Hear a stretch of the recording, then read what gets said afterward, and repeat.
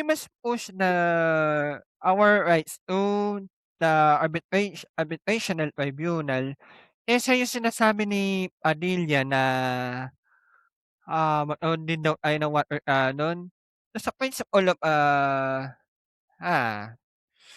be that's be Okay, and then, also, sabi mo meron pang isang part diyan na gusto mo basahin diyan sa press release? I think yun na nabasa ko na yun, sa 9/9.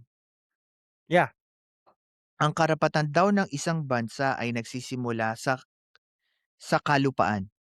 hmm, Ng kalupaan, kung ano ang hagip nito, 200 nautical miles. Yun ay ang tinatawag na exclusive economic zone. yes, With this actuation, kasi alam natin that Scarborough Shoal is part of the West Philippine Sea and hmm, in a bigger perspective, the South China yeah. Sea.